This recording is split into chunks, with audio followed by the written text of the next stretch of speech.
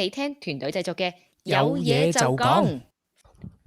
哇，好開心喎！今日我哋又翻嚟講下有嘢就講啦。我哋介紹下大家先好嘛？我哋有呢度係阿 Ryan Sir 你好 ，Hello，大家好，係師兄你好，大家好，係我係 Alice 啊。咁我哋今日嘅題目就係講香港運動員啦，講奧運啦。咁我哋開始之前，其實我哋真係準備咗少少好重要嘅嘢，希望大家可以睇晒嘅第1分鐘㗎啊。咁啊，師兄麻煩你播一播啊，唔該。好，即係轉頭就翻嚟㗎啦嚇，1分鐘就翻嚟啦，我哋啊，唔好走。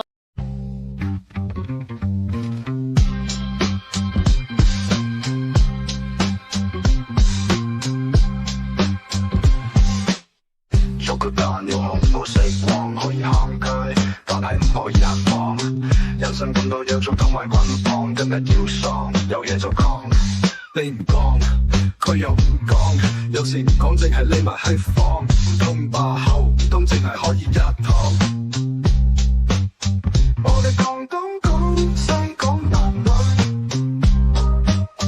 我哋講天講地講埋佢。口同橫飛，問你點講，口行行有嘢就講。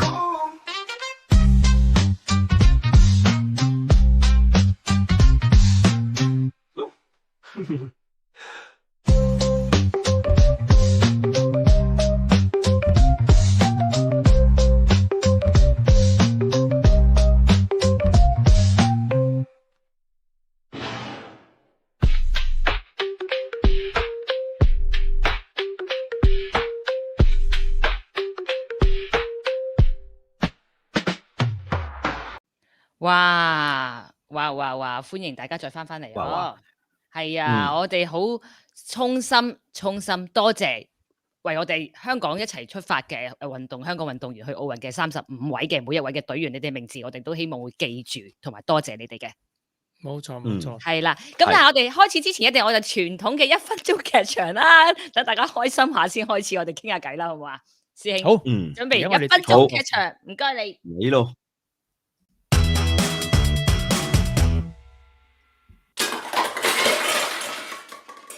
肥佬，你做咩攞條雞毛水喺度撩下？吓，仲攞個筲箕吸住塊面？我係健神肥家朗，我嚟教你嘅公子。救我！就憑你幾條雞毛？我係潮州第一重劍手，白雲城子葉孤城係我師傅。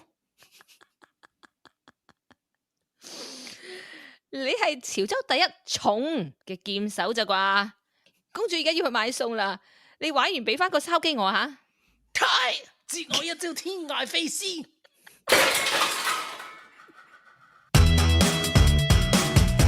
呢個重劍手師兄越嚟越犀利，係啊，即係咁樣，真係忍唔住啊！阿 Ryan Sir 一直喺度笑，因為我唔知佢講乜，唔知佢講咩，我都唔識講乜。呢個重劍手好重啊！打爛晒屋企啲嘢。開好，而家我哋開始啦。開完之後就係咁，我點解講咩啊？我哋得兩位。今日我哋講下好幸福喺香港做運動員好幸福。好，咁我不如講下啲開心嘢先啦，先入正題啦。喂，今年其實好多趣事、有趣、好好玩嘅事喺奧運發生喎。大家有冇睇奧運去留意下咧？好笑噶喎。係咯。咁哇我哋而家首先講下幾樣嘢先啦，由開幕開始講起啦，係嘛？一開幕嘅時候啊，大家都留意到開幕儀式嘅時候咧，我哋最重要嘅時刻就係將呢個奧運旗升起嘅時候咧，居然將支旗係反轉咗嚟升嘅。你話巴黎幾浪漫咧？浪漫嘅嘢你知唔明？你哋識條咩係咪先？係啊，正所謂巴黎鐵塔反轉再反轉啊嘛。我都記得你周星馳係先知，係點啊？正啊！呢個真係冇得頂啊！巴黎真係。係有冇留意到呢一個我哋嚇？呢個意大利選手咧就係成日都喺度拔罐啊，咁啊證明游泳係好辛苦啦，啲肌肉好酸痛啊，咁成日佢係食漏咗嗰啲咁嘅 macaroni 喺個膊頭度咋，黐住咗，有啲似喎。意大利嘛，你話又係喎。其實細心當啊！年Michael Phelps 咧，即係美國嘅奧運選手啊，水怪啦，其實佢嗰時都係周身都係呢啲咁嘅拔罐嘅，其實。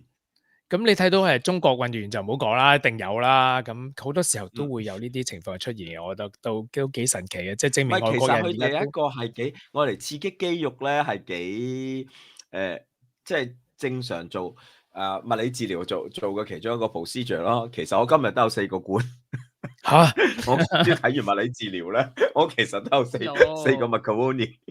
但係佢哋真係好耐都唔甩㗎呢啲啊，係咪真係？我唔係個幾日就冇噶啦。係因為其實咩？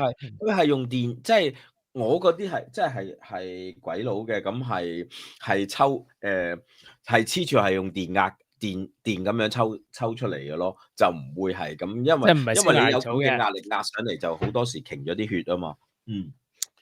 呢個又係經典場面啊！呢個真係咧，邊個打電話俾佢？呢個係張家朗同埋呢個法國選手係 Malo。咁啊，佢哋一齊唔係法國，意大利啊。Sorry， 法國係法國，唔好意思啊，係法國。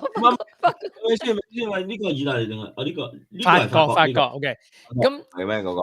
咁問題就係好好奇，究竟邊一個打電話嚟，定係佢打電話出去咧？係咪法國總統打電話嚟咧？一定要接咧？咁點解咁神奇、咁緊張嘅時刻，居然有條友喺度講電話，咁仲俾人大頭影到，真係好神奇好誇張，呢件事真係好神奇，真係冇錯。喂，決賽嚟喎，大佬，唔係話即係求其一個準賽喎，真係。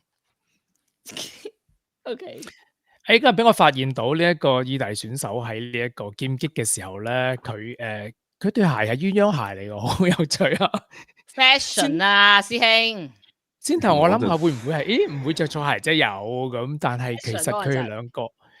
我懷疑佢對鞋其實唔係真係兩對嚟，可能真係一對鞋嚟啊！嗰一對鞋裏邊係分開兩隻唔同顏色咁。呢啲款其實我都會見過，但係我考量嘅係會唔會話其實兩對鞋個質地唔一樣咧？即係嗰個踭啊或者啲位唔一樣，因為佢唔同嘅 purpose 真係。即係會唔會話即係後邊對鞋絕啲啊，前邊對鞋啊，即係你即係戰步嘅時候會快啲啊咁樣，我唔知啲咩嘢。阿 Ryan 如果知道啊講聲，如果唔係我都唔知咩。唔知喎，我比賽緊嗰陣時赤腳嘅喎。而且佢唔係對都係，即係唔係佢每一次劍擊都係咁樣嘅喎。即係喺呢一個賽呢個團體賽裏邊，佢係着呢。可能要問翻阿龍咧。呢個又係即係啲女士們好中意睇嘅場面係嘛？即係呢個7人欖球賽喺呢一個美國對呢個阿根廷咁之後咧，咁佢哋非常仰慕大家啦。咁通常大家足球員就交換衣服啊，交換件衫啊，波衫啊。咁佢哋係交換條褲嘅。咁而交換條褲之後，呢一個美國嘅選手係好一條好可愛嘅。我必須承認呢個係比較重口味嘅行為。真係唔重口味嗱，係啦，如果你啲女士就唔好行開啦，開始有重口味啦，係嘛？哇！喂，你整翻條啊！兩位整翻條啊！又一 fashion 荷蘭選手唔係呢啲太長啊，呢啲唔啱我啊嚇！我哋哇，好多人都好有興趣討論呢一條本來上水上邊就冇咩大問題，落咗水之後會變咗肉色，而家出咗點點嘅泳褲。係啦，咁本來有啲更加刺激啲嘅，不過真係費事啦。咁你都要夠膽着先得，實整即係如果你俾著我，荷蘭選手啊，真係不得了啊！真係不得了，真係呢個真係都瘋傳啊！真係。咪咯，即係我就。所以你話奧運幾美好咧，師兄 Rance， 哇，睇到幾開心。你唔好淨係以為你哋男士睇得開心，女士睇得都好開心。仲有啲開心啲㗎係嘛？係啊，繼續，呢個真定假㗎？嗱，呢個咧就唔知真定假嘅，但係咧有人咧就睇到好開心，於是 send 咗俾我，叫我拎出嚟擺。OK，哇，筋肉男，你唔落埋 type 筋肉男。呢個網上不停流傳啊！呢個嗱，如果佢冇咗上面嗰一抽咧，就冇乜特別嘅啫，即係上面嗰兩嗰件背心就冇乜特別嘅啫。咁問題呢個款就整係好犀利啊！喂，聽緊嘅朋友要話俾我哋聽呢件真定假？呢個叫咪假嘅呢張相，其實真係我都想證實下，其實假定真㗎啦嚇。有冇咁靚仔嘅人着啲咁型嘅嘢，真係不得了啦！佢不如做 model 啦佢。我喺網上搜尋咗一輪之後，其實都係喺 Instagram 同埋 Facebook 嗰啲地方去 pass 嘅。咁始終係冇一個地方確認話啊呢張相流出嘅係喺邊一度咁樣，同埋照計啲字又好似我覺得唔係好清楚啦，真係。我覺得個樣有啲似 AI 樣喎，所以我唔係好肯定。係啊，好開心啊！算啦啊，咁我係啦，有啲人睇睇落都好開心嘅，係啦，睇完之後都好開心嘅。咁再開心啲啦。 OK 奧運咧其實係有呢一個救生員嘅，咁好多人都唔知道點解奧運游水比賽有救生員咧？救生員係做乜嘢嘅咧？咁樣，咁原來喺呢一個比賽之中咧，呢個美國嘅女選手咧就將個泳帽就游嘅時候就甩咗，咁就結果咧就沉咗去嗰個泳池嘅底部。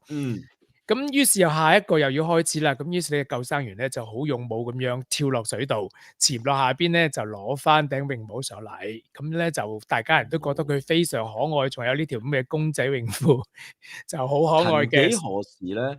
你問點解有救生員咧？曾幾何時喺Year 2000喺雪梨嗰個比賽奧運會咧，其實嗰個救生員 almost 差唔多準備跳落去噶啦，因為嗰次係唔知點解會有個非洲嘅運動員，你知黑人咧，其實你叫佢彈跳長跑好多都得，但係游水就唔係好掂噶嘛。咁佢係有唔知點解攞到個參賽資格咧，咁係其中一個 hit 嗰陣時游咧，係見佢嗰啲冇 form 啊，好 struggle 啊，跟住如果講個時間，我睇翻個時間，其實我游得仲快過去咯。哇！咁係啊，咁嗰個但係佢係直頭好似係狗仔式類似咩嘅時候咧，嗰啲救生員都話其實差唔多準備行動，我係咪要落去救佢定係掉嗰個所以救生員好有用嘅，除咗佢，但係而家都係救需要生員嘅。大部分都係即係懟支嘢落去，即係救佢嘅啫係嘛？其實都俾個抱唔使跳住落去。係差唔多準備，係因為嗰個係好誇張，即係嗰個係類似係唔知自由式，但係好似游到狗仔式咁樣嘅一個黑人選手咧。可能有抽筋啊呢啲咁嘅情況出現真係。係啊，但係佢好，但係呢個個今次呢個救生員都好搶鏡喎。其實佢無論係泳褲定係佢身形都好搶鏡喎，喺全場。係啊，好 Q 啊！你話應該攞個金牌啊！你咧攞住手機，攞住手機影啲啊，幾興奮啊！啲人咧，即係幾多 fans 咁啊！真係有啲啊，得啊！你真係。係啦，咁樣咧，係啦，咁我哋咧今次咧，其實又講翻我哋嗰個主題啦，就係話喂喺香港做運動員係咪真係好幸福咧？咁樣，咁其實網上面有好多人都嘗試去回應嘅，咁就係話喺香港咧，其實係資源不足啦。咁嗰啲贊助商，因為喺外國好多時候都係靠贊助商去做好多嘢啊，譬如話資助你啲衫啊，資助你運動鞋啊，各樣嘢。咁而香港嘅人咧就嗰啲廠商就對呢啲咁嘅運動咧就興趣唔係好大，亦都唔會有好大嘅資助去俾嗰啲運動員啊，去俾啲衫啊嗰啲咁嘅佢哋。咁變咗咧就你未成名咧就冇人理你咯，成咗名之後固然就係會攞你嚟做廣告啊，做好多嘢啦。咁但係未成名之前咧就冇乜人贊助你嘅。咁而即係前特首都有講過啦，香港運動界咧係冇貢獻嘅咁樣，咁呢句嘢其實都幾傷嘅，其實冇香咁啊，係啦，咁啊你冇獎就冇人理你，有獎咧就成班核突佬走埋嚟話，哎呀我好支持你㗎咁樣，咁又同你影相啊咁樣，咁都幾傷心嘅。咁喺香港嘅之前啊，我哋香港嘅第一次可以攞到奧運金牌嘅阿珊珊啊，李麗珊咧都講過，都成28年啦，30年前啦，真係啦。咁嘅時候咧，佢都會有講話，即係佢聽到話，佢話香港嘅運動員唔係垃圾咁樣。咁你諗下，如果佢話香港運動員唔係垃圾，你都知道，即係佢喺以前就聽到幾多即係難聽嘅説話咁樣。咁所以即係之後好多比較出名嘅運動員，每次有機會去受訪問啊，咁佢哋都會話即係希望咧香港可以增加多啲訓練場地啊，多啲經費啊，各樣嘢啦。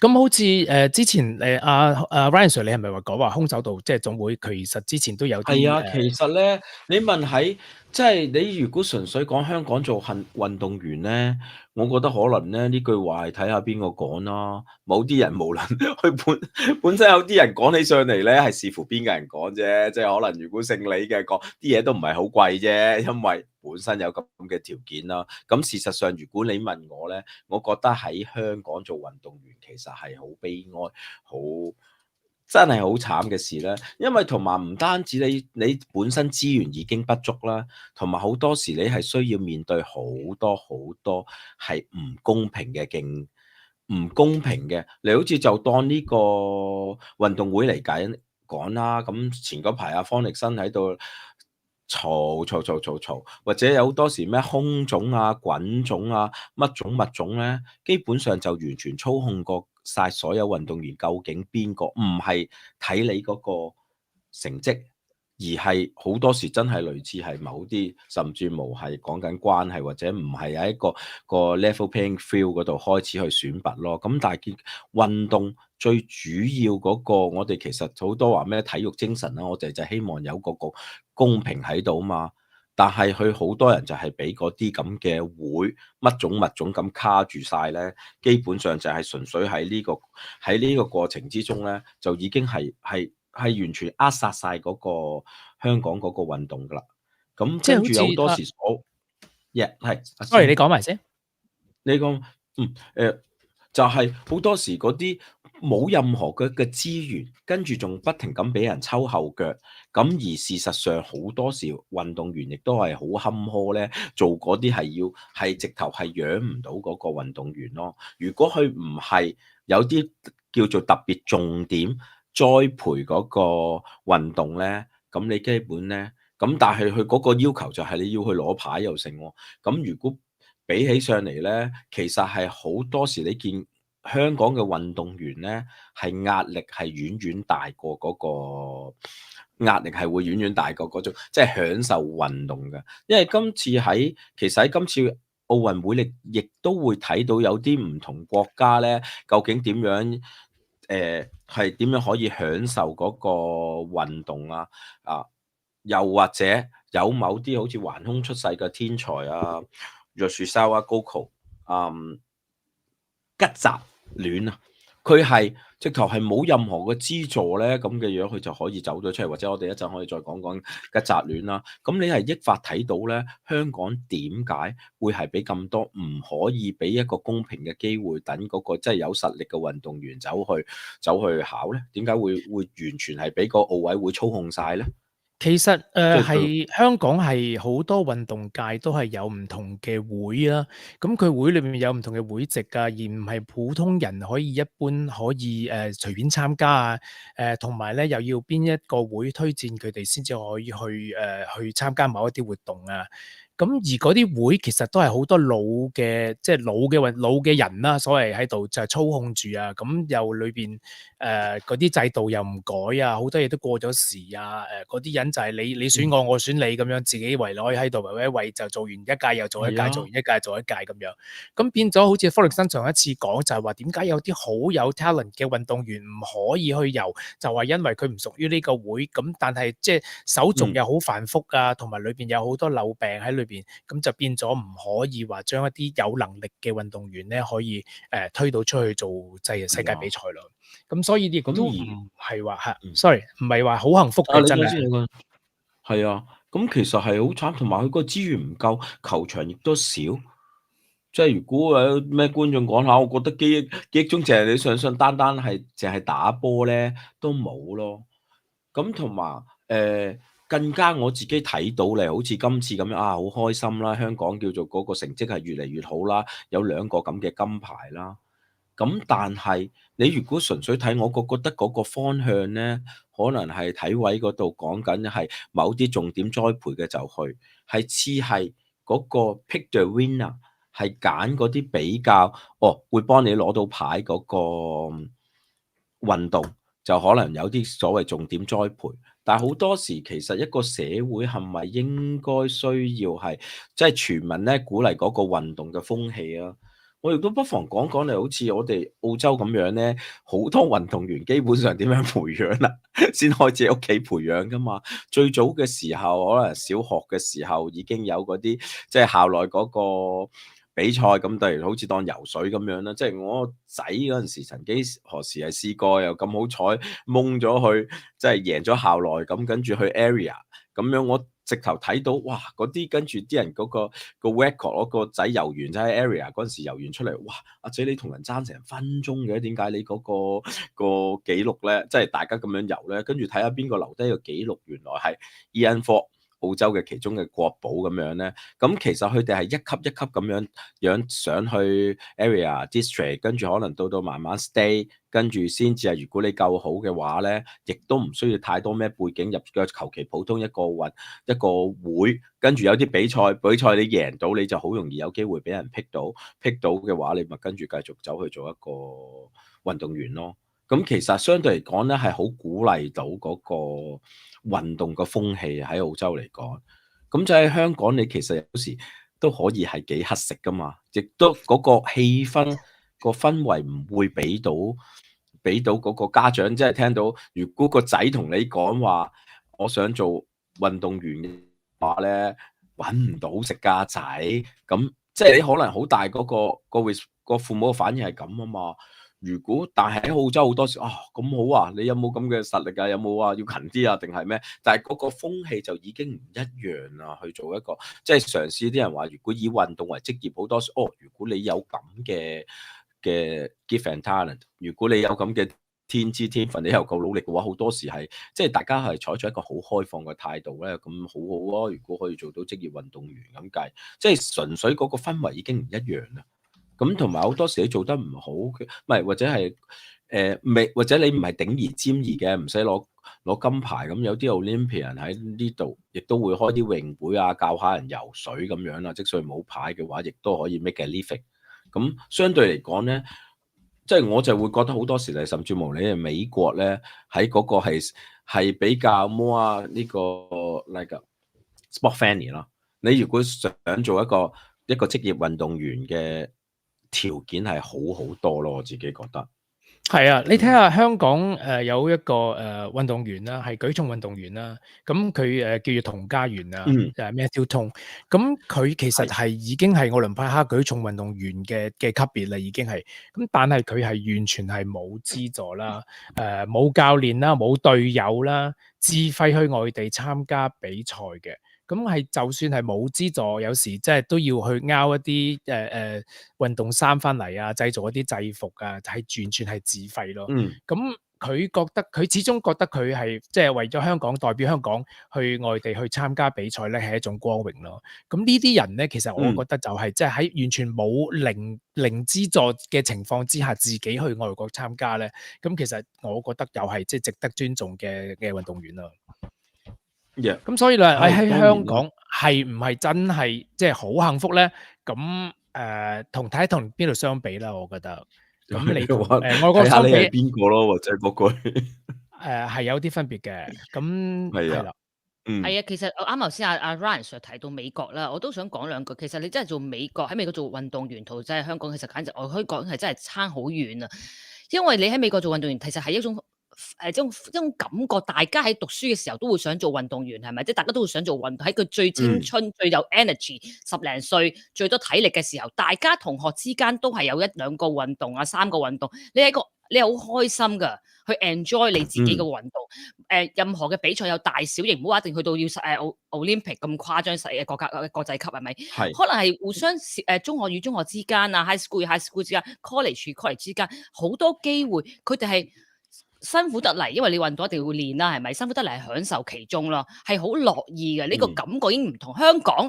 大家唔該諗下自己讀書嘅時候，你做運動員，其實人哋覺得你嘥時間，不如讀兩本書啦。即係你要將時間擺讀書，即係唔會係好 appreciate 啲人覺得你真係叻啦，即係可能得1個半個啦，可能真係直情100米攞到金牌嗰個，咁銀牌銅牌嗰啲都唔知邊個㗎啦，啲人你明唔明白？就算全校都覺得全校都。我唔知你提起香港讀書咧，我發現我想打斷一下咧，我唔知大家有冇咁嘅經驗啊？我記得以前讀書喺香港咧 ，sometimes ago 咧，啲主科所謂 so called 主科咧，教唔晒就可以借堂咧。總之借嚟借去一定係借體育堂喎。冇錯。我又唔知點解可以借體育堂，喂，體育唔係堂，你歧視體育堂啊？冇錯。用翻依家啲左膠你堂。如果學校要訓話要咩，又係用你體育堂，即係你啲咩你班特別差或者乜嘢情況，有啲乜嘢又係會攞你個體育堂嚟做呢啲嘢。總之任何嘢都要攞個體育堂，都係犧牲嘅。明其實一個禮拜，真係呢樣嘢。其實一個禮拜已經唔係好多體育堂，唔會日日有㗎，係咪先？唔會日日有㗎，可能一個禮拜得2日定係somehow嘅啫，即係可能一比較後堂或者2堂。係啦，都攞埋手，係係啦。所以其實你知道係啊成個感覺就係唔重視。我諗而家會唔會好少少咧？因為攞咗2個金牌、2個銅牌之後，唔知道。但係起碼成件事個感覺就係完全係唔係一個大家唔會係即係你喺學校裏邊，人哋唔會覺得你真係個有幾叻嘅尖子。你可能考DSE 攞到哇幾多分啊，嗰啲就真係尖子啦，係咪？你就明白成個感覺唔同。但係我可以好肯定同大家講，喺美國係唔係咁啦？美國真係如果你運動叻嗰啲都會係你會自己感覺嗰種光榮感喺學校啊！我覺得淨係學校好簡單嘅比賽都會有咯，直頭有錢收㗎嘛。係啦，即係 NBA 選秀嘅話，你直情好多 Ivy League 嘅學校，基本上都係你運動係因為叻你入到去嘅，而唔係最成績叻嗰個。咁所以你連啲 Ivy 係啊 League 嘅咩 scholarship 俾埋你係啦，添㗎嘛冇錯係啊，full scholarship 都係。咁你就知道成個感覺呢個點解香港運動員好幸福呢句嘢真係講得出嘅時候，我就覺得真係某個角即係真係睇翻自己咯。我真係好幸福啦咁樣。Rosanna 講就係話我幸福感咧，其實係睇你咩角度睇啦咁樣。咁其實係有啲即係你香港運動員睇下同邊啲地方比啦，同嘅歐美國家比，可能係有少少距離，即係唔好話少少距離，係有距離嘅。咁但係同其他一啲地方咧，就可能係都係幸福嘅。咁我依家以後咧就 show 一啲相俾你睇啦。咁可能即係令觀眾引起不安啦。咁我唔清楚你哋即係自己衡量下，即係要唔要去睇呢啲咁嘅嘢嚇。咁其實咧，你會發覺咧喺有啲地方咧，啲細蚊仔咧係喺地方啊，神奇嘅地方係啦。咁就係佢哋會喺即係重點全部一齊喺度 group 分咗1萬幾千個有即係有點講啊？有咁嘅需要去揾呢啲咁嘅人去參加比賽，咁你會見到有啲細蚊仔咧，就係差唔多係即係4歲6歲開始咧，就已經俾人 recruit 咗要去做嗰啲咁嘅運動員啦。咁你睇下即係嗰啲運動嘅環境啊，啲學生啊，做啲咩嘢係好辛苦咯。你睇即係呢個圖上面有啲好似啲單槓啲架喺度啊咁樣，咁啲細蚊仔幾歲就喺度吊住你，即係睇佢哋嗰啲咁嘅表情，其實都係比較辛苦啊咁樣啦。咁亦都有幾個小朋友喺度倒立啊咁。咁嗱，你另一張相咧，你係睇到咧，即係幾個好細個嘅運動員啊，吊住喺個單槓上邊。咁而後邊係寫住咩咧？咁後邊係寫住話從小立大志，長大就奪金牌。咁好明顯呢啲就係呢個金牌訓練廠，就係專係訓練一啲小朋友，佢嘅目的就係攞金牌。唔係，咁你睇模式係最早從咩開始噶嘛？從東德嗰邊開始噶嘛？從俄羅斯唔係 sorry 就係從蘇聯嘅時候，蘇聯開始嘅，蘇聯開始係蘇聯嘅訓練方式就係咁樣嘅，就係揾一啲細蚊仔出嚟，係啦。咁你睇下啲細蚊仔，哇！即係瘦骨嶙峋，然之後即係着住條底褲仔喺度就喺度運動。咁你覺得即係嗰個環境其實係好差、好辛苦啦。咁同埋你睇呢啲，即係你見到有啲細蚊仔啊，幫佢做 stretch 嘅時候啊，即係冚唪唥 hyperextend 到一個程度，你望見你都覺得痛。即係你睇下嗰個小朋友嗰個面部表情，你就知道即係有幾可憐，有幾辛苦，有幾痛啦，就係。咁究竟即係用呢啲咁嘅方式嚟得到一個金牌，其實即係值唔值得咧？咁樣，咁呢啲運動員咧，基本上就係話由細到大咧，佢只有一個目的，佢就係國家製造出嚟去攞金牌嘅。咁變咗你諗得到佢嘅生涯有幾辛苦咯？就係除咗食飯同埋瞓覺，一日可能12個鐘頭，佢哋就係要做訓練。唔係，咁同埋有啲其實已經去到呢啲相，係啦，去到一個即係不人道嘅情況。你發覺啲人即係你諗下，而家呢幅圖咁樣揾個細蚊，即係揾個人坐喺嗰個細蚊仔嘅背脊上面，將個細蚊仔摺埋，好似一個即係，唉，我都唔知點講啊。總之即係睇見咧，你就會覺得傷心啦，就係咁。即係攞啲細蚊仔咁係啊嚟虐待，你做父母係咪一定要即係細個即係將個細蚊仔去攞金牌係咁樣攞法咧？就真係。嗯。係，咪你諗起我亦都睇，咪睇到你啲執相，我亦都諗起咧，喺澳洲嗰啲運動員咧係好正常嘅正常人，甚至無有啲咁嘅，例如好似我個女有個同學嗰陣時係叫個花名叫 Panda 咧，就因為係好想運動，亦都係希望可以去到 Olympic 咁嗰邊，就係、朝早咧，已經係因為朝早去係返學之前要去練水啊。而澳洲點樣培育嗰啲人就係、你勤啲練咁啊，一定要啦。即係喺小學啊嗰陣時開始咧，咁係佢係直頭係因為朝練水完之後咧，直頭有隻眼，即係嗰個微鏡已經嘅黐住係咪住喺個眼嗰邊㗎啦嘛。咁係變咗就係成隻熊貓咁，啲人叫佢花名叫 Panda 咯。不過今屆見佢係冇能力代表澳洲，應該可能就咁，但係佢仲係有正常嘅 normal life，只不過佢係即係。返學之前可能練水或者繼續練上去，有時某啲你如果真係去到 stay 嘅選手啊，或者跟住代表到國家，咁你咪上去咯。上唔到你好多時亦都係正常，你有你自己個學校，你自己個生活咯。你會認識人，你亦都同原來 you are one of them 就冇乜咁樣嘅特別唔同。因為你如果喺呢啲咁禁閉式咁樣 training 就係。金牌有金牌，你其實係冇嘅，你個世界係冇理解，你亦都唔好話童年添啦。咁基本上你係，即使你攞到金牌，你都好難做一個 complete 完整嘅人。咁人係呢個我哋群體嘅動物，係要需要喺社會度學習啲咩？但係你嗰個生活嘅生長嘅成長嘅環境完全唔係嗰回事咧。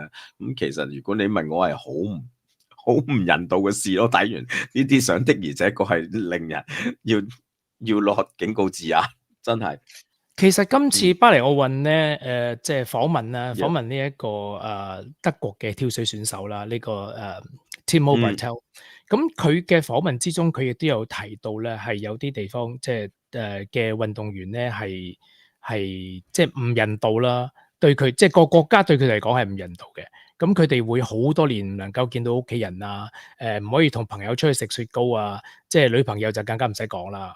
咁佢哋嘅精力咧係留翻俾國家嘅，佢哋將所有自由啊，其實嗰樣嘢咧，其實冚唪唥都係即係 sacrifice 晒嘅。咁即係你覺得佢哋好優秀，但係佢哋背後咧，其實嗰種生活咧，其實係咪真係即係大家想要嘅生活咧？咁樣，咁唔單止係跳水選手啦，就算係好似前幾日咧，咁呢一個蘇偉德咧，因為失誤之後咧，咁就即係。變咗佢嘅隊友同埋佢嘅教練啊，都佢即係冷待佢啊咁樣。咁有啲時候係好同相比話，譬如好似你話 Simone Biles 咁啊，咁之前係啦，咁而家佢係當然係即係最有即係最 decorated 嘅運動員啊。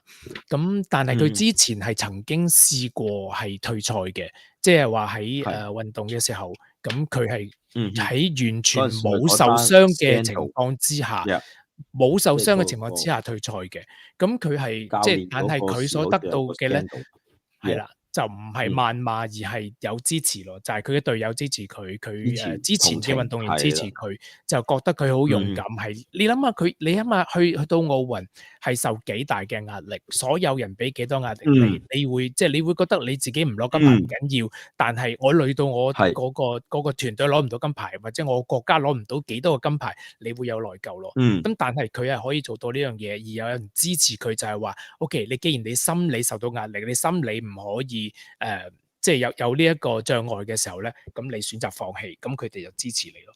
咁我覺得呢樣嘢又係一個幸福嚟嘅，其實係。咁喺其實好多都係話喺國家栽培嘅時候，咁佢哋嘅運動員咧係攞到金牌啊，好值得人哋高興啊，好鼓舞啊咁樣。咁但係好多時候咧，佢哋攞唔到金牌，甚至攞完金牌之後咧，咁佢哋嘅生活又點樣咧？咁樣。咁好似之前亦都有一個運動員啦，咁就係知名嘅例子就係呢一個張上武啦。張上武咧就係攞完一個國家體操金牌，2面金牌 actually 佢攞咗。咁之後其實咧過咗退役之後咧，就變咗生活冇保障啊，國家亦都唔會 support 佢啊。咁結果係淪落喺街頭度咧，就因為盜竊罪咧係入獄嘅。咁即係慘到要偷嘢為生而過而係俾人拉咗入去用嘅。咁因為佢係冇任何嘅 living skill 啊，直頭佢係冇任何即係冇生存嘅條件，因為佢從來冇學過，冇人教過佢或者咩。係啊。咁你睇下最出名嘅，譬如可能係劉翔啦，劉翔係喺中國嘅運動員啦，咁佢係打破咗好多好多嘅紀錄，從來未試過有黃種人喺呢啲奧運裏邊田徑項目裏邊攞到嘅咁嘅成績出嚟啦，係啦，咁110跨欄，咁呢啲咁嘅情況係一次又一次出現，就係話哇佢即係不停咁樣攞獎，但係到佢即係受傷啦，去到呢一個應該係北京奧運啦，咁就冇辦法參加，就要退賽啦。咁退賽之後點樣咧？咁於是咧就引嚟嘅係乜嘢咧？就係謾罵啦，就係話啊騙子啊，你又話你懦弱啊、懦夫啊，又話你啲即係差劣嘅演技啊，俾中國人丟臉啊，諸如此類啲咁嘅好難聽、好難聽嘅説話。咁即係你係好傷心，即係你曾經係一個即係所有人嘅榮耀，但係咧到你受傷退賽嘅時候咧，每個人都話你啊，每個人都鬧你啊，即係覺得你好對呢一個國家唔住啊，對呢一個其他團體唔住啊咁樣。咁結果係其實佢係因為受傷啦，佢腳踭嗰度係有鈣化嘅現象。咁退咗嗰次賽之後咧，咁其實佢係仲有努力嘅，希望可以醫翻好啊，做翻好嘅。咁醫生嘅建議其中一個方法係咩咧？就係話呢個所謂以痛打痛。咩叫以痛打痛啊？就係你會見到佢參加比賽之前啊，係咁踢埲牆，咁係希望咧麻木咗嗰個感覺。麻木咗個感覺嘅時候咧，你嗰個痛就唔係咁痛辣咁樣。咁即係你諗下，去到一個乜嘢變態嘅情況之下，你要傷害自己嚟令到可以參加比賽，而希望得到一個金牌。咁你覺得呢啲係咪運動員需要有嘅情操咧？你個係定義話係即係你希望可以去 enjoy 一個運動，而係你真係可以覺得好開心去參加呢個運動。我覺得呢一個何詩蓓，其實我見到佢，我係好開心嘅。我每次見到佢都係開心笑嘅。姑勿論佢攞到一個銅牌好，姑勿論佢參加比賽嗰個項目佢攞唔到獎好，佢都係好開心咁去笑嘅。佢即係同大家訪問嘅時候，佢都會話：我好享受呢一個過程。我每日去游水，我去競爭，即係唔好放咁大去講呢一個獎牌攞到獎唔攞到獎。好多人就覺得哦，乜你得個銀牌就或者得個銅牌就咁樣，咁攞唔到個金牌就好失望。但係其實你應該話，喂，你應該恭喜我係攞到一個銅牌，係咪先？咁我覺得享受呢個過程就係我哋即係奧運嘅精神就係咁樣咯，係啦。係啊，咁所以甚至乎講今次係你亦都見到啲比較享受過程係好開心嘅運動員咧，其實係大家會感覺上舒服咯。真係因為事實上你係應該去享受啊嘛，你已經慢慢地已經係淨係純粹為咗攞個金牌，同埋某程度上咧嗰個壓力係出到去咁大嘅壓力咧，其實我覺得唔係好合理，話唔係好人道添㗎。咁但係有時某啲可能特別嘅原因啦。其實講翻香港運動員啦，我插一句先，唔好意思，即係其實阿師兄可以幫我擺翻出嚟啊。其實真係，我覺得留言都講得好啱啦。其實香港咩即係有個靠係咪普及運動同埋精英運動員其實係兩回事啦。香港亦都係即係呢啲，其實我都覺得香港人其實真係有時希望仔女入名校先如果佢有啲特異功能，就希望去谷佢哋去運動或者音樂。咁呢啲我覺得係即係香港嘅運動員嘅嘢咯，就係我想講，即係呢啲嘅留言啊，或者係即係香港，我都記得當時我讀書嘅時候，香港學生一定要面對嘅就係考試啦，係咪？即係你如果你要好叻嘅運動，你就要放棄你自己嘅讀書，你先可以去應付到呢啲運動。其實張家朗都係㗎，曾經中四佢都要取捨，就係放棄自己讀書，要去去繼續去練佢嗰個運動，佢好中意，咁應承咗父母俾2年時間佢自己點咁樣。但係其實你睇翻外國又唔需要放棄讀書嘅喎，因為讀書有時會深刻會俾啲時間佢，仍然可以 keep 住個學位，keep 住讀緊書。即係你見咗呢兩樣已經好唔同。你諗下你自己 imagine 翻諗翻自己16歲、15歲嘅時候，如果你放棄咗個讀書，但係你運動係好叻嘅。但係嗰個時候又係好黃金嘅時間，係咪？其實呢個取捨係香港好殘忍㗎，要取捨㗎。你知唔知？其實我唔有啲即係某啲人識即係講得句香港運動員好幸福嗰啲，咁梗係唔同啦。可能成個家底或者各方面嘅嘢都唔同啊。咁你先有機會。邊個角度睇添咯？即係所以其實呢個係嗱，又對比一下，香港好似贏個奧運金牌咧，係講緊700萬啊港幣。澳洲你知唔知贏一個奧運金牌個獎金係幾多呢？600萬，around 600萬。600萬 ，OK， 唔係仲有加埋 bonus，好似600-700萬。唔止啦，加埋嗰個，如果金牌仲有個邊個俾嗰個300萬，即係900萬添啊。OK， 好啊 ，OK， 好多啦，總之好多啦。你估澳洲贏一個奧運金牌係可以收到幾多獎金呢？20萬？10零萬？幾多錢啊？我冇睇到。係2萬銀澳幣，大約10萬左右啦港幣。係哇！真咁，如果喺呢個角度，咪好幸福咯。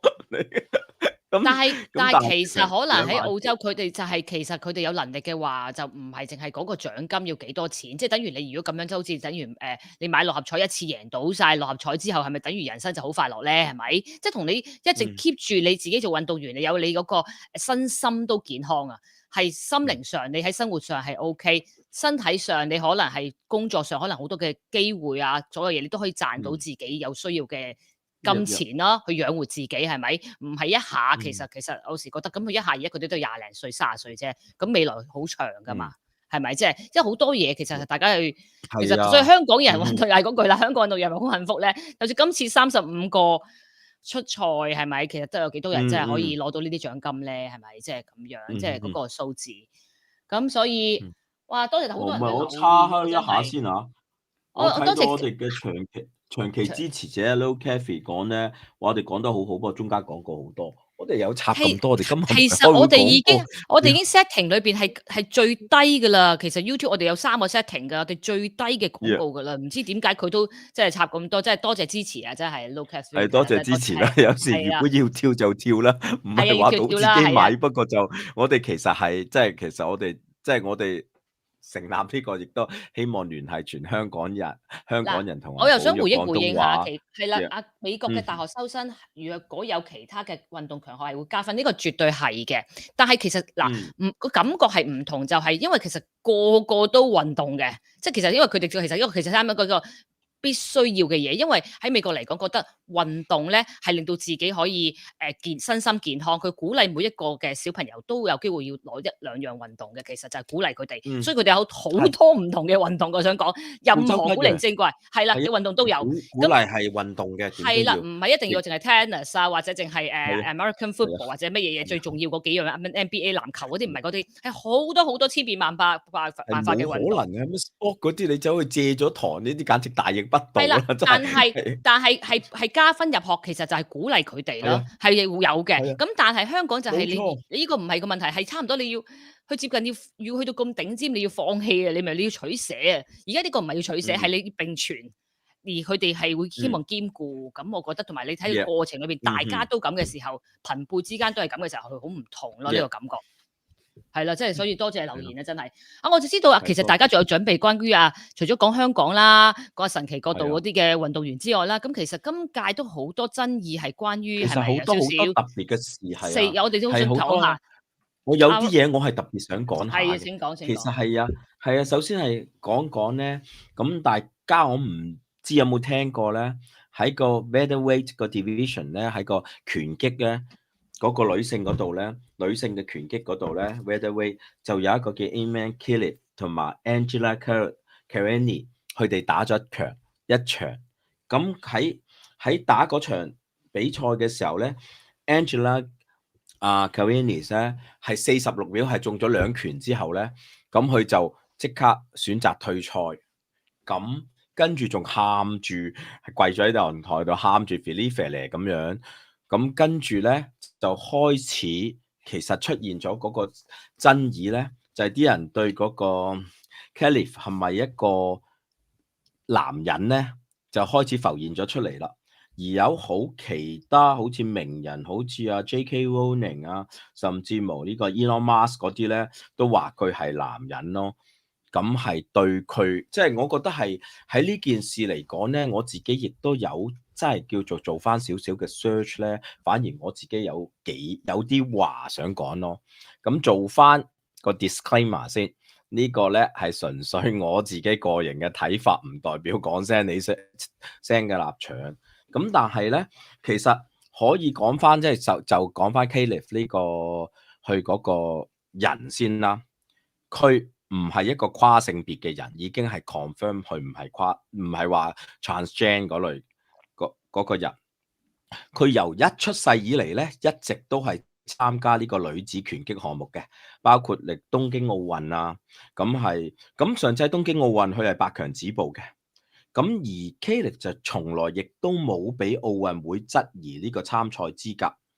咁至於點解咧？啲人話佢男人咧，其實就喺事源喺2023年呢個 IBA 個所謂國際拳擊協會咧，就 disqualify 咗去Khalif 同埋林旭廷一個台灣嘅女拳手咧，話佢未能通過賽前個性別檢測咧，就取消咗佢哋嘅資格。咁我係特別想講下呢個 IBA 呢個組織。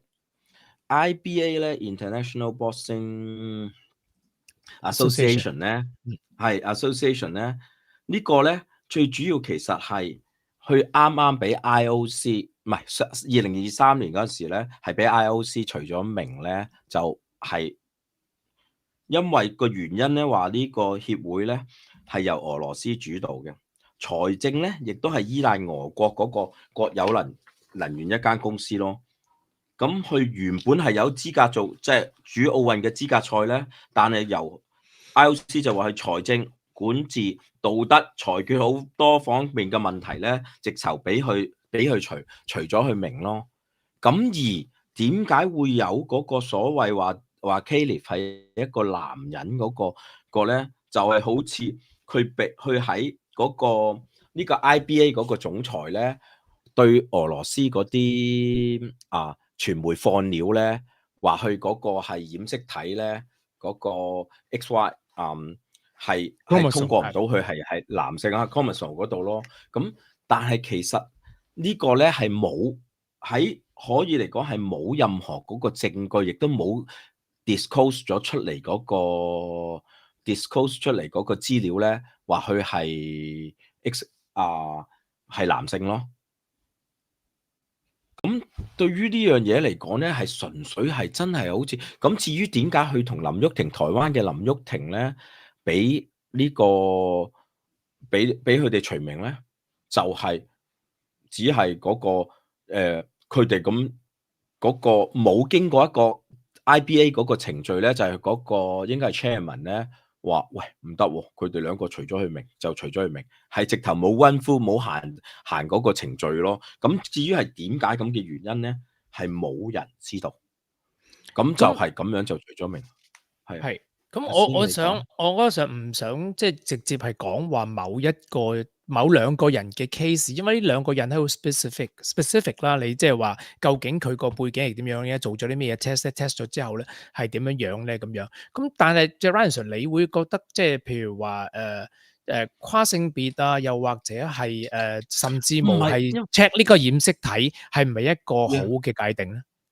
呢樣嘢一樣還一樣先，因為其實我自己反而對呢件事嗰個睇法咧，可以唔係分開嗰個 case 嚟睇。最主要係呢件事情咧，嗰個係佢突然間被除名咧，就係話佢，但係又冇任何個證據，冇任何嗰個檢測咧，甚至無佢個睾酮素亦都冇做到嗰個就落去。咁對於佢哋嚟講咧，同埋佢參加咗咁多次咧，係從來未被challenge 過㗎。去參加奧運啊，所有其他個比賽，即使係嗰陣時世錦賽咁樣，即係 IBA 主要之前係冇事，佢突然間咁就搞呢件事，咁出嚟除咗佢哋個名，咁甚至乎佢哋男人又冇攞出任何嘅證據。咁而由佢哋出世開始到依家嚟講咧，係一直都係以女性身份。咁因為早期嘅時候咧，未嗰個 chromosome，我哋嗰個 DNA 其實嗰個 check 係冇咁多噶嘛。你嗰陣時細個，如果講 DNA，啲人可能會同你講 DNA，你無啦啦做咩講粗口？佢其實係冇呢種咁 knowledge。咁我哋以前點樣認定一個人出世喺醫院出世，認定一個人係男定係女先？除褲啦。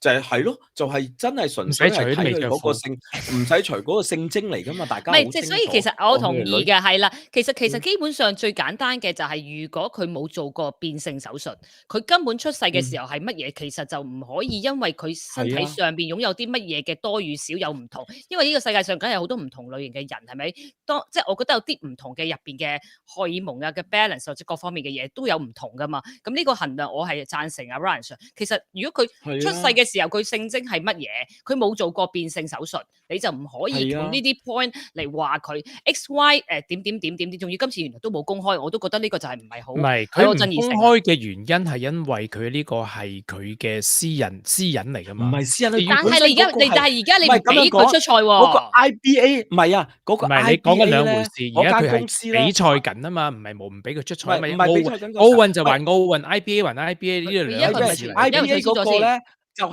係抹甩咗佢，而 IBA 個資格係被取消，被奧運覺得佢呢個機構有問題。咁而最主要係佢唔係跨性別嘅人士咯，佢即係佢冇做過任何嘅手術。因為另外有一個咧叫做 Amy Borhurst， 係一個 Irish 嘅女子拳擊手㗎，即係有好多人都問佢咧。咁跟住我其實亦都係抄咗去嗰個 Amy 嗰個 X 咧，嗰個 Twitter 嗰度咧，咁佢話即係有一段或者可能不妨我讀翻出嚟咧。Have a lot of people testing me over Kayleigh. Personally, I don't think she has done anything to cheat. I think it's the way she was born and that out of her control. The fact that she has been beaten by 9 females before says it all。 即係佢呢個佢講根本上佢因為嗰個人咧，阿 Amy 呢個 Twitter 咁樣寫咯，佢覺得佢冇 cheat 過啦，冇用過啦。咁嗱，跟住好笑，我覺得呢個 Twitter 咧係即刻係顯示到嗰啲人點樣啲人衝出嚟柒，或者係攞住一個即係所謂個道德高地啊，你打女人啊定咩咁樣講？嗰個有一個人下面寫咧 ，What would you reaction of being if you were supposed to fight Kayleigh? Amy, I have great respect for your boxing legacy, but you've missed the mark here. Agree the way you are born is out of control, but is a keen advantage and shouldn't be allowed.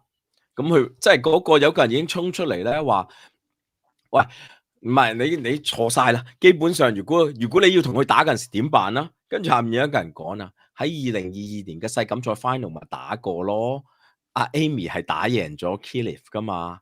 咁事實上好多人其實係收到少少嗰個收到少少嘅嘢啊，就已經衝出嚟啊！咁即係你問我 ，Ryan Sir， 你而家講到尾就係話，你覺得呢兩位運動員由頭到尾都係一個女人，咁我係冇同你爭議呢一樣嘢嘅，而我嘅問題咧係針對住好啦。咁樣點樣去界定一個男或者一個女應該參加男性項目，抑或參加女性項目咧？咁樣呢個係我嘅問題，我而唔係針對住呢兩位運動員究竟佢係男定係女。當然啦，如果你係一個男人，係請講。乜如果佢本身天生咧，因為我自己嘅我個人我係好 against 咧 transgender 走去參加唔同嘅嘢。咁但係如果你係天生，佢本身因為今朝另外我又睇到多一篇文係講有關嗰個 sex 嗰度，或者一陣可以再講講。但係如果你問我咧，我唔認同嗰啲人心理上覺得我係女性咁，所以一個男咁走去做嗰個打荷爾蒙，跟住走去參加女性嗰個項目，我覺得呢個唔係一個 fair 嘅個唔係，唔係公我想平嘅做法。我想再一 Yeah，樣嘢再針，咁人好，人都其實我諗人人都會同意話，如果一個男人真係參加女人比賽就唔啱啦。呢樣我睇大部分人都會同意呢樣嘢。我想問你就話點樣去界定男定女？你就話佢出世嘅時候係男就男，女就女，但係出世嘅時候好多時係會錯㗎喎。咁係咪應該點錯法？點錯法先，師兄，我想知道點錯法。嗱，你單憑體外性器官嚟講，你係會錯咯。但係唔即係話咁，我唔好意思啦。咁真係只可以嗱，講真，如果你咁多嘅 definition 嘅話，其實真係只可以我哋由咁多年嘅奧運比賽好或者點樣，其實真係只可以睇呢個。你再要去 detail 睇入邊嘅比例啊、X、Y 乜乜乜嘅話，我覺得更加唔公平。如果你要咁睇，點解唔應該？不如我講我嘅觀點啊。我覺得係應該驗 chromosome 咧，就係你係男嘅就係男，你係女嘅就係女。之後你做咗乜嘢嘢係另一回事。因為你已經有咗嗰個身體上面嘅 advantage，如果你係一個 XX，你係兩個 XX chromosome 嘅，你係一個男性嚟嘅；有你 XY，你係一個女性。咁我覺得即係你好明顯就係分咗呢個分野咧，已經係。而你話我睇佢即係睇性器官，話佢而家佢多咗樣嘢，咁又點計咧？佢少咗樣嘢，咁點計咧？咁又或者佢喺體內嘅性器官，又話佢兩樣都有嘅性器官，即係你咁樣係好難分開佢咯。咁當然啦，我覺得就係話你大部分90幾個% 嘅人都好容易分得開男同女，咁而話有一小部分嘅人你係好難分。咁你不能夠話容許所有人都參加而唔去驗證，變咗嗰啲真係好努力去訓練，去參加奧運嘅人，俾咗一啲唔應該喺嗰個 category 嘅人嚟打，咁咪會輸咯。咁你冇咗個金牌，咁咪好唔值得咯。正如話你柔道又好，你其他運動都好，你有分 category 噶嘛？你話係我係weatherweight， 我係70公斤以下，咪有條界咯。喂，咁你唔到係我71公斤，你話我肥啊？你話我肥唔俾我打啊？歧視我啊？咁樣唔係歧視你，而係你係屬於第二個 category。咁如果你用呢一個嘢嚟分嘢，咁咪好公平咯？唔會咩？嗱咁樣講，所以如果你有我覺得有趣嘅。我哋幾個人嘅啫，我哋歡迎埋我哋多2個隊員，有兩個朋友嚟咗嚇，阿星同埋 Stephen 都嚟咗，隨時你哋歡迎隨時開咪啊嚇，隨時開咪。不過講翻話，師兄，我覺得我哋3個嘅經驗，我哋3個都唔同嘅睇法嘅時候，怪知呢樣嘢真係好有爭議性啦。我想講有排拗㗎啦，你唔覺得有啲國家係會特登幫你做一個 passport， 幫你做一個歷史係一個女性而走去參加咩？你唔可以為咗我完全理解。咁有一次我以為自己眼花咧，我睇某一個國家，哇都幾英俊啦。咁點解會係我睇錯？點解即係你好似連器官都見到咁樣跑咧？男子同女子點解會一齊比賽咁樣？咁咪就係咯，師兄你連器官都見到，係啦，師兄你連器官都見到，咁咪放翻你嗰句嘢咪唔啱咯？咁我個器官都見到，咁咪唔啱咯？咁你而家同我講 X 同 XY， 佢器官都見到，佢應該除褲嚟驗咩？應該係要除褲嚟驗㗎。除褲嚟驗冇用嘅，佢幫佢變性咯，即係我覺得冇用。我頭先都講過，佢出世咁咪我覺得驗血有乜問題啫？驗血有乜問題啫？就係你諗下，我想問下你覺得冇咁 intrusive？OK， 而家有2個可能性，我同你講，一個就係佢天生個器官佢係一個男性，但係佢驗出嚟佢譬如佢係 XX 咁樣，咁呢個人你覺得佢係男定女咧？OK， 另外一個第二個 situation 就係佢天生佢個器官係一個女性，但係驗出嚟係 XY， 咁你覺得呢個人應該係男定女咧？咁你其實呢啲人咁點睇咧？你請問阿師兄。我唔使點睇，我就係睇 XX 同埋 XY。咁咪就係咁。你如果咁樣講，咁係咪即是咁？對於如果佢咁嘅時候，而家咪就係你講嗰個國家，你搞錯喎，我唔係唔俾佢參加喎。咁咪某個國家而家就係用緊呢件事咯。你都見到佢器官都見埋啦，咁佢都仲係對嗰啲女性跑緊步喎。咁呢個就係拗嚟。我諗你誤會咗。我意思係就係話，又係你驗血 XX 同 XY chromosome 嘅分野，就係話如果你係屬於男性嘅 XX 嘅，你就去參加男性嘅。OK， 你係 XY 嘅，你就參加 XY 嗰啲。你唔好同我講有器官冇器官嗰啲可以後天改造。咁某個國因為如果你睇後天嗱，我哋數緊嘅係講緊先天嘛 transgender。我哋頭先我諗，我哋大家都好似幾一致啦。又有啲人會話俾你聽，我冇接受 transgender 呢樣嘢噶嘛？係咪？你唔明啊？我係想啲人唔好 beat the system，你明唔明啊？有啲國家係會話啊，佢唔係嘅，佢不嬲都有嘅，佢或者佢不嬲都冇嗰啲嘢喺度嘅。佢不嬲都係女人嚟嘅。你然之後話有咩證明啊？嗱，佢所有 health record 喺晒度，從來冇做過變性㗎。你點樣 proof 啊？你明唔明有啲人可以偽造一啲嘢出嚟啊？我係想杜絕偽造，你明唔明我意思啊？你話咩有器官冇器官，你點啊？你要人除褲驗啊？定係有器官佢冇咗器官啊？你話佢冇做過手術，我知，我同意，但係有啲人可以偽造一啲假嘅證件、假嘅 health record 出嚟噶嘛？假嘅後生相，我係細女仔嚟嘅，咁呢啲全部都可以係假噶嘛？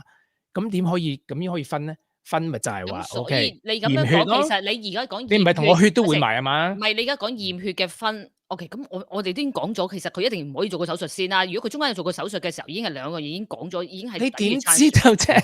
你明唔明我講咩？你唔知道佢佢做咗，你都唔知。你咁講完，如果連佢做咗手術都唔知冇得計，OK。佢個國家證實而家 certify 咗呢一個人，呢一個運動員係從來冇做過變性手術嘅。OK，國家都唔可信嘅，真係冇用噶啦，講咗都咁你點樣咧？啱。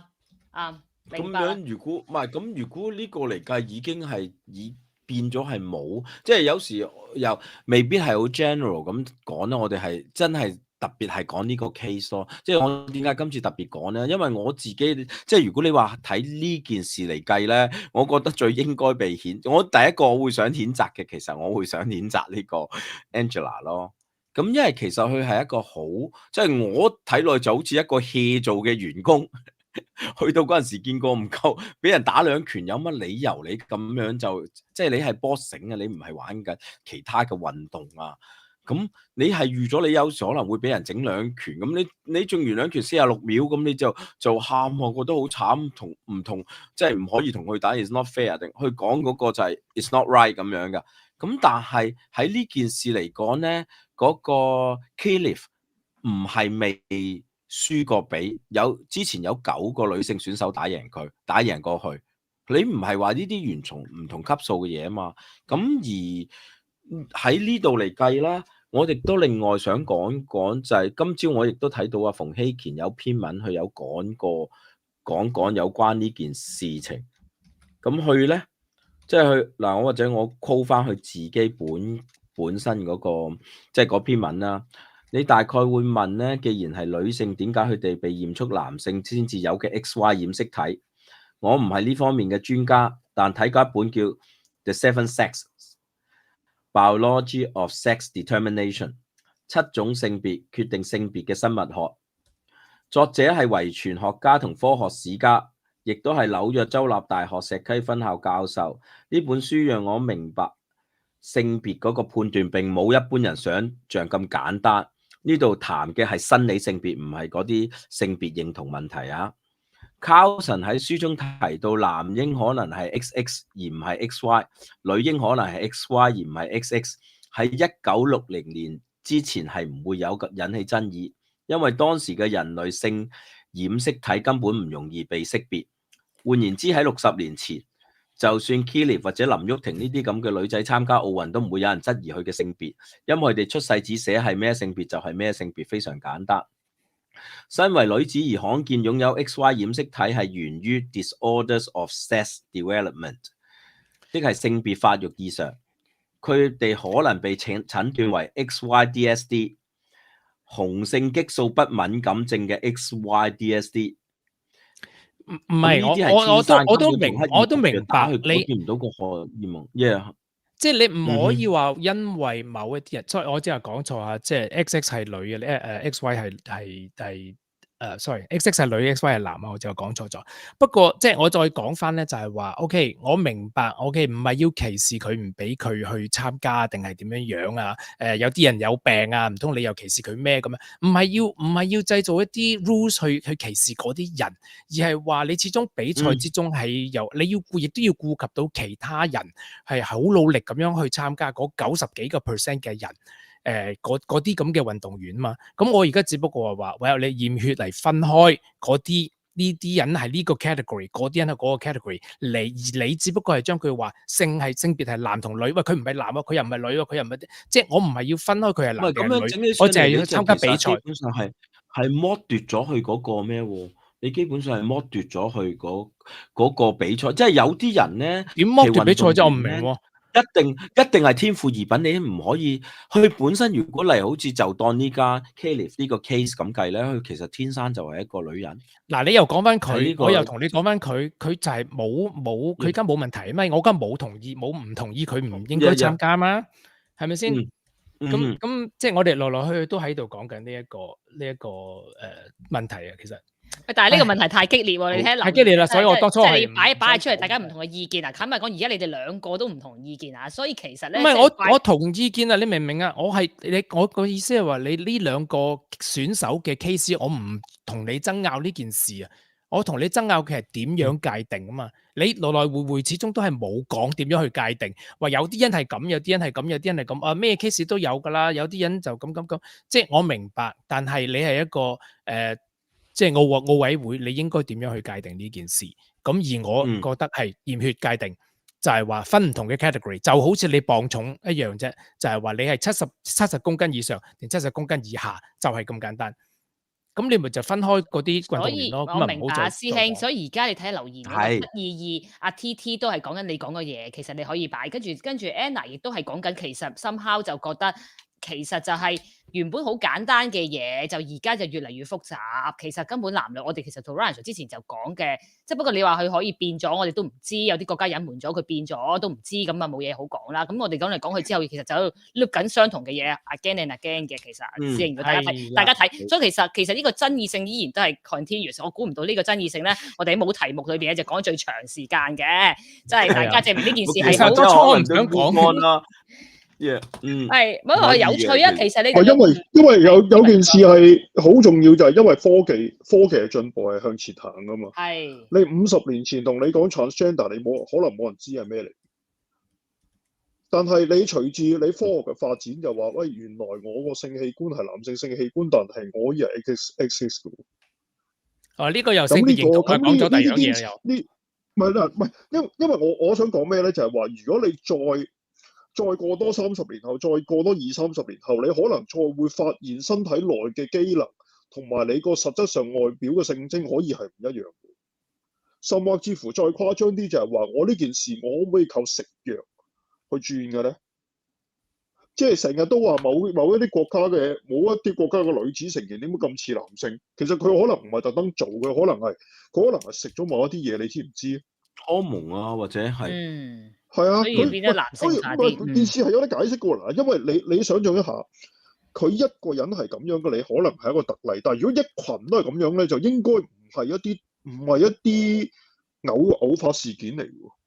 佢有冇可能係話自細已經培養我食咗某一啲嘢，食到係你佢個性徵係一個女性，但係佢所有嘅荷蒙變咗係男性，咁隨而佢嘅肌肉會傾向咗男性嗰邊而爭取咗一啲利益咧？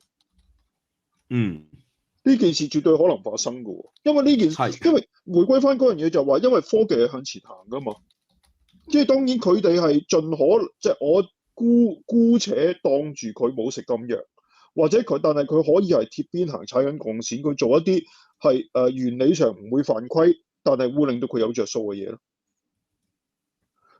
所以大家可能個 mindset 可能係要 open 啲，係去接受一啲新事物，就係話接受一啲可能20-30年前冇爭拗嘅一啲 situation， 而家可能你今日發現咗呢樣嘢，今日有呢個爭拗，可能係10年、20年後個科技，尤其是 AI 而家行得咁快，我唔知道10年、8年之後發展成嗰個係你睇個樣係一個女性，佢實際上內裏邊所有身體機能都係男性，都唔出奇。好，咁我哋轉話題先啦嚇。呢個話題我哋可以講10個鐘啊，起碼10日都得。係啊，好難攞到一個結論出嚟。我哋其實準備咗少少嘅冷知識啊，咁我哋唔好走住啫，即係翻嚟要講埋啲勵志故事，好快嘅啫。咁我哋講一個冷知識先，等我1分鐘時間我講一講下。其實真係我哋都要知多少少，可能有啲好多人都知㗎啦，我都知道。咁其實奧運5環嘅意義，我諗大家有冇聽過啊？5環知唔知道係？其實5環。係就代表5大洲啦，咁其實唔同顏色係代表唔同嘅洲啦。咁其實嚟講，其實都好多人傳就話，其實綠色就係大洋洲啦，黑色就係非洲啦，藍色就係歐洲啦，黃色就係我哋嘅亞洲啦，紅色就係代表美洲嘅。希望我哋係透過呢個運動啦，緊緊團結啦，連埋一齊啦咁嘅意思嘅。咁啊，第二呢啲顏色有歧視成分，我唔中意。講笑，OK。黃色我中意。係啊，有好啲對號入座話唔中意黑色噶嘛，我聽聞係咪㗎？可以都話唔中意唔講得黑色嘅有啲正，有啲唔係話唔中意人 O 講 K， 得。好係冇錯，唔講得。好，跟住奧林帕精神，其實呢3個字我就唔識讀噶啦，因為呢3個字就阿拉丁語嚟嘅吓。咁但係佢意思咧就即是話更快、更高同更強嘅。咁希望運動員都係即係越嚟越為自己挑戰自己啦。咁但係其實個主意咧，即係奧林帕嘅主意，係大家都應該聽過啦，即係希望相互嘅理解啦、友誼長久啦、團結一致同埋和平競爭嘅。好，第3個少少嘅關於呢個冷知識就係、其實奧運嘅聖火每次都係希臘呢個發源地開始出發嘅。咁第4樣嘢咯，師兄。好，其實奧運係曾經停辦咗3次嘅，大家知唔知道啊？其實就係第一次嘅世界大戰同第2次嘅世界大戰嘅時候啦。好啦，咁啊仲有最後一張嘅 slide， 師兄係啦，每次奧運員咧其實都要遵守一啲奧林帕誓詞嘅喎，咁我都擺咗喺嗰個圖上邊咧，就係我謹以全體參賽者嘅名義保證，為咗體育嘅光榮同埋團隊嘅榮譽，我哋將以真正嘅體育道德精神參加本屆嘅奧林帕嘅運動會，光明磊落啊！尊重同埋遵守運動會各項嘅比賽規則，致力於一個冇興奮劑、冇禁藥品嘅運動會。呢個誓詞其實3個地方都有宣誓過，就係包括其實原來裁判啦，同埋即係佢哋有唔同嘅誓，少少唔同嘅誓詞啦，裁判啦、教練啦，同埋啲運動員都要宣誓嘅。咁我覺得其實都好得意咯，即係我就係揾呢啲知識嘅時候，即係等自己知多少少嘅 background 啊，從而其實就更加睇嘅時候更加了解多啲啦。我諗好多聽嘅朋友可能都知道嘅，但係大家知唔知道邊一個城市係舉辦最多奧運呢？問一個問題，國家定係城市啊？城市啊，或者國家都得啦，你講中邊樣都得。會唔會就係巴黎啊？其實你啱嘅，跟住就有2個冠軍嘅，就係倫敦同埋巴黎啦。啱啊，好叻啊，好叻啊，係啦，佢總共就好叻啊係啊，真係好叻。其實總共就係因為我印象中巴黎唔止辦過1次㗎。係啦，就係3次嘅。其實即係覺得如果嚟緊 LA 係未來即係第4年後咧，就係洛杉磯度舉行啦，佢都會係嚟緊嘅3次咯。但係而家嚟講就係倫敦同埋巴黎都係舉辦咗3次，其他2次就係東京啦、雅典啦、洛杉磯呢幾個城市。咦，雅典得2次係啊，初係啦，呢個就我搜尋翻嚟嘅資料，想同大家分享嘅。係先，我講完啦。咁我又嗱聲，因為我哋 bullet point 講咗，我又唔好意思唔講啦嚇。咁就係話點解有人問咧？點解有啲電視台咧可以做獨家訪問咧？咁究竟係咪佢哋夾硬夾個運動員走啊？定係個採訪者自己揀㗎？定係因為咧有指定答邊個先咧咁樣？咁其實咧呢一個伍家謙啊。佢就有講過，係啦，佢又有講過解釋過嘅，因為佢以前係做過呢啲咁嘅採訪，咁佢就講過啊，究竟係點樣嘅情況嘅。咁佢就話咧，奧運採訪咧其實好有規矩嘅，咁有啲地方咧就可以做影，就唔可以拍片，即係淨係可以影相，唔可以拍片。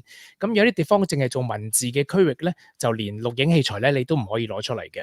咁如果你喺唔適當嘅地方拍片咧，係唔出得街嘅，因為咧國際奧委會係會告你嘅。咁佢話輕嘅咧就係會口頭警告啦，重嘅咧就會取消你嗰一屆嘅採訪資格咁樣。咁亦都係以前係發生過呢啲事嘅，即係唔係淨係兇你嘅，係事實發生過咁嘅事嘅。咁佢就話可以做採訪合法採訪嘅地方咧，只有一個叫做 mixed zones。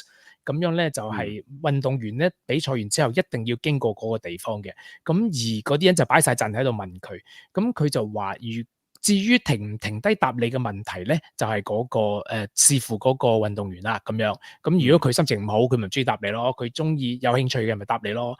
咁通常咧，因為佢哋要做完比賽之後咧，即係譬如話成績好嗰啲咧，就要去做藥檢嘅，即係即刻去做檢測睇下有冇有違禁藥啊咁樣嘅。咁所以嗰啲時候咧就會行過嘅時候會，譬如話佢運動員可能會見到自己國家嘅電視台啊，咁又或者相熟嘅記者啊，咁就可能會答幾句先至入去咁樣咯。咁至於話點樣去排位咧？咁樣咁其實派位咧係有分次序嘅。咁就係話國際奧委會同埋東道主嘅國家嘅電視台咧，就會有佔咗有利嘅位置啦。咁而其他後邊嗰幾排咧，就係睇邊個錢多，邊一個勤力啦。咁係咩意思咧？咁第一排就係國際奧委會嘅 channel 啊嘛，咁第二排咧就會係主辦方嗰啲咁嘅電視台啦。咁之後嗰啲位啦，咁就係話 OK，你有錢，你俾錢咧，咁你就會有一啲方便啦。咁佢話你俾錢就最直接啦，因為佢話你俾錢咩服務都有嘅，咁佢邊咧又有嘅光纖啊，又有電掣啊，乜嘢地方都有。咁同埋咧，其他人係入唔到去嗰啲房度嘅。咁你越係俾得多錢嘅，你嘅服務就越好啦咁樣。咁所以好多電視台就要預先知道幾年前就要申請，知道你自己國家邊一個地方係會有可能，邊一個項目可能會有機會攞獎嘅，咁你就去嗰度壓定位啦要。咁至於嗰啲冇錢又唔或者唔夠人分佈喺唔同嘅場館嘅時候咧，咁你就要鬥早去霸位咯。咁所以就你即係冇錢就冇得撈啦，就要企喺後邊唔知第幾排之後喺度嗌啊，喺度叫啊咁樣，就冇辦法可以做到嗰啲獨家訪問咯。多謝師兄。喂，咁我哋完結之前，即係講下我哋最勵志啦，睇下個幾禮拜啦，係咪嘅奧運會啦？我哋咁啲勵志故事分享下，大家心裏邊覺得最深刻邊位啊？對自己有勵志嘅啦，師兄，大家可以講下。勵志故事啊，我覺得最可愛嘅就係呢個吉澤戀啦，呢個14歲嘅日本滑板選手。好，講嚟聽下。我都覺得係真係好可愛，14歲。我又覺得佢，sorry 啊，溫 Sir 你講。呢個其實係橫空出世嘅天才嚟噶嘛。咁係，就話說咧，係其實去，因為喺啲日本嘅小村，即係比較細嗰啲村，佢成長咧，因為佢阿哥學呢個滑板，佢都想學滑板咧，咁亦都冇乜特別嘅人走去，即係去阿爸啊，因為即係比較年紀大先有佢嘅時候咧，就好錫個女嘅，咁即係中意想玩滑板咪買滑板咯。嗰陣時好似話冇咁就買滑板，跟住開始玩咯。咁喺東京奧運嘅時候咧，咁佢本身真係好中意呢樣嘢嘅時候，咁喺東京奧運見到嗰個金牌得主電視嘅時候睇緊嗰個，跟住阿爸先話：咦，你唔係咩？呢個你唔係5年前都做到個動作咧？跟住先開始諗係話：咦，會唔會去即係試下下屆去法國度參加呢個奧運會咧？咁啊，結果真係又好辛苦地要參加資格賽啊，各樣嘢，咁就終於攞到，咁就去到參賽完之後，順便啊橫空出世攞埋個金牌咁樣咯。咁佢係事實上係冇，即係好似聽講話係佢冇手機啊，即係佢唔知道原來佢玩嗰啲嘢係咁叻嘅。其實原來知道佢個水平已經去到咁高啦。原來我自己咁叻嘅。咁同埋佢係冇體育會即係參加，即係冇人贊助，即係嗰類咁嘅資格㗎喎，即係唔係話好似有好似香港咁樣有體育會資助，又睇到點樣你唔會俾人卡咁，你真係有啲係 talent 嗰個運動員又有機會走出嚟喎。係啊，所以其實我都覺得幾正面同埋幾開心嘅。咁一個即係細路女可以14歲，哇！14歲真係我14歲嗰陣時有一嚿夢咁樣，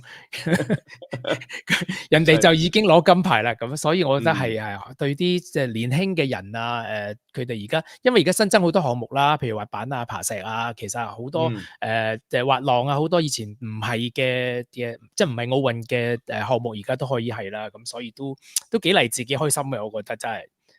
咁又講第二個啦，係咪先？講完呢個後生嘅，我哋又講一個年紀大啲嘅。魏夏蓮，大家都可以去歡啦。係啦，今日魏夏蓮今年61歲咯，吓。係啊，唔係好犀利噶，即係其實61歲咧，乒乓波始終都仲係需要爆炸力噶嘛，同埋你呢個亦都有一定嗰個 cardio 嘅運動嚟噶嘛。仲可以打到喎，仲贏到第一次喎。喂，你唔好睇佢飲可樂喎，你睇佢你睇佢嗰對大髀，其實應該都係 keep 住有訓練有操嗰啲嚟。一定啦，唔 keep 住有訓練有操。即係你唔好話睇個年紀喎，真係人哋個根底，即係當然佢之前其實80、90年代係中國乒乓國家隊成員嗰啲攞過好多獎，咁可能大家要翻睇紀錄先知啊。但係其實佢係即係我諗佢係一路都冇荒廢過嗰啲嘢，即係就算佢好似仲教緊，如果運都好，同佢老公一齊喺 Luxembourg 好似有教奧運選手噶嘛，乒乓球係其實我係你講 Stephen 係先講。喂，同埋佢有一樣嘢好值得佩服，就係佢好遊戲人間噶。係即係佢啊，其實呢啲咪開佢心。真係好 enjoy 咁去打每一板，即係話哎呀咁樣，跟住一個轉身咁樣band 埋去，哇！即係你唔會見到好多奧運選手做到噶嘛，因為即係參加奧運可能對好多人嚟講係一世人得一次嘅機會嚟嘅。嗯，即係嗰個我都係想講 focus 少係佢嗰個。去到調翻轉已經係去到遊戲人間嘅階段咯，呢個好值得佩服同埋好值得俾掌聲。係啊，好開心啊！你見到佢就係好 enjoy 呢一個過程啊，咁樣咁同黎思培講嘅嘢係一樣啦，就係話你係一個運動員，你應該去 enjoy 嗰樣嘢，唔好 focus 喺你嗰個得唔得到金牌嗰樣嘢度。同埋我想講一樣嘢咧，就係大家睇下佢嗰個波板咧，其實係已經花晒邊啦，已經。咁同相對有啲人咧，即係哇塊板即係斷咗定係點樣樣咧，咁就即係大發雷霆啊，諸如此類。咁其實係有別嘅，係同嗰啲人係有唔同嘅分別嘅，就係話我唔係好介意我嘅 equipment，其實係即係已經係夠嘅 equipment，我覺得就已經可以打出嗰個水準咯，而唔係話哎呀真係樣嘢唔開心咧就發脾氣咁樣咯。我喺夏連身上其實有兩樣嘢想補充嘅。其實如果你聽佢訪問咧，佢話佢平時係食水果同埋菜，即係水果同埋水飲多啲水，佢係唔飲可樂嘅，因為佢驚肥。咁但係佢比賽嘅時候希望自己興奮啲。即係有個心情去迎接呢啲比賽，所以佢俾自己獎勵自己，你明唔明啊？呢個係我覺得係好好嘅，即係自己知道自己要均衡飲食。第一，第二就係其實佢係我查翻記錄，其實佢係89年嘅時候離開中國大陸嘅，咁佢就去咗德國先嘅。咁佢同佢嗰時去德國，咁跟住再轉就再去盧森堡啦，有啲嘅婚姻啦，離咗一次婚之後再去盧森堡，咁認識而家個丈夫，再生咗個女咁樣。OK，個過程就係我自己覺得佢而家能夠咁開心。61歲喺你哋面前見到佢咁開心咁打緊波，我覺得同佢喺邊度嘅生活有關係咯。大家可以想象，如果佢冇離開到，或者我唔係想話會唔會離開問題，係個環境係影響到個人心情咯。即係可能喺嗰個地方，佢係真係可以投入自己中意嘅嘢，冇咁多其他嘅壓力或者各方面，所以佢能夠可以享受呢個比賽咯。到而家61歲，所以其環境係影響心情。所以可樂值得俾咗合約佢咯。直情啦，邊個傳即係個個都忍緊，真係冇得頂啊！係啊，真係，所以其實我哋今日成日都講，即係個題目講翻，即係喺香港做運動員係咪真係好幸福咧？咁我覺得環境係，我都好希望香港能夠俾個環境一啲有能力嘅運動員能夠後生好年紀大好都係享受運動咯，亦都有機會俾佢哋真係享受運動去比賽，更加去 appreciate。咁所以我真係其實都係我哋都由頭到尾都講，真係好多謝今次代表香港出賽嘅35位每一位嘅隊員。冇錯，你哋嘅名字我哋一開場已經係擺出嚟，係因為真係好好欣賞你哋付出嘅努力，知道一定唔容易嘅，係咪先？即係你唔容易先能夠入到去入圍啊，係咪先？你先去比賽係咪？咁所以係值得尊敬啦。每一位同埋就係即係除咗大家 focus on 喺啲攞金牌或者有獎牌嘅運動員，有好多其實係千辛萬苦先去嚟到奧運，咁本身都已經係一個成就嚟咯。即係希望大家都即係關注下一啲冇咁即係可能攞唔到獎嘅運動員，即係例如謝影雪或者係鄧俊文呢對拍檔，咁本身佢哋係經歷咗好多嘅困難，尤其是係雙人咯。即係你單人嘅話，你會係即係只係難聽啲講啦，係自己嘅事啦。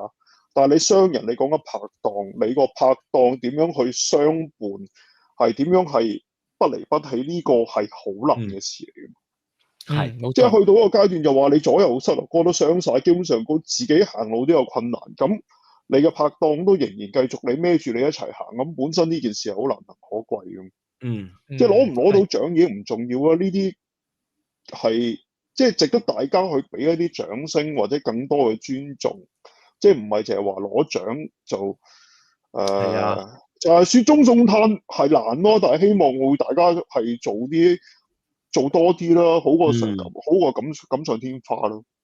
係冇錯，阿師兄都可以擺一擺，我都覺得其實係同意，同埋我想都話師兄我慢慢擺一擺 Anna 嗰個，我都覺得其實曾經有情緒病嘅人再去行翻上嚟嘅舞台，亦都係唔容易啦。即係佢頭先啱啱大家都睇過嗰位美國選手，我自己都覺得係即係其實而家能夠大家睇嘅，除咗身體嘅健康，仲有心靈嘅健康啦。頭先阿 Stephen 講嗰個就係羽毛球啦，講真佢真係好唔容易，2-3個禮拜前都仲喺急症室，非常感人真係。係啊，非常感人，急症室真係隻手指都唔係好喐得，即係嗰種嚟，跟住可以竟然喺我哋面前度打緊呢個比賽入到8強，即係咁呢個係一個身體上真係好叻，同埋佢心靈上都係好大嘅壓力，咁亦都係嗰個體操，我哋頭先都講過美國嗰個體操嗰個選手啦，係咪？咁啊 Anna 都有提到啦，其實真係心靈上係好難㗎，而家情緒病大家都成日都要關注，係咪？咁而仲要可以再去比賽咁大嘅壓力，仲要全能項目咁多個項目喎，都要保持水準，仲要高嘅水準，哇！真係各方面嘅人馬全球好多嘅運動員都值得致敬嘅，但係做運動員咧就絕對都唔容易嘅事嘅，真係咪？絕對唔係一件容易嘅事啦，係咪？真係。哇！今日好豐富啊，喂各位，真係我哋我哋要向學阿倪夏蓮講，其實我哋要向啲運動員學習嘅，真係好榮幸我哋可以睇到佢哋表演，應該係我哋嘅福氣啊！冇錯冇錯，我哋嘅福氣。係啦，咁仲有一個禮拜嘅賽事啊，大家亦好似好多田徑項目，其實我都中意睇田徑項目，咁我哋追住個電視咯，真係要。今日都好多田徑項目將會誕生啲冠軍啊，係啊，真係我真係好咁就多謝大家嘅來臨啦。咁大家有冇其他補充啊？我哋下星期就再講啦，好唔好啊？哦，咁啊，或者係賣翻個少少嘅廣告啦。如果係大家唔係好清楚嗰個咧張家朗究竟點樣贏啊，或者搞邊科咧？咁其實我哋係做咗一個特別嘅節目嘅，因為我哋嘅組員阿龍咧，其實係好熟悉呢個劍擊嗰個規矩啊。咁佢嗰一個特別嘅節目咧，解釋得好清楚。咁或者你話因為我自己本身真係唔熟嘅。先至即係有聽到阿龍講完之後，不如做個節目啦，咁好，唔可以淨係我哋有嘅咁樣。咁如果大家未聽就過去聽下啦。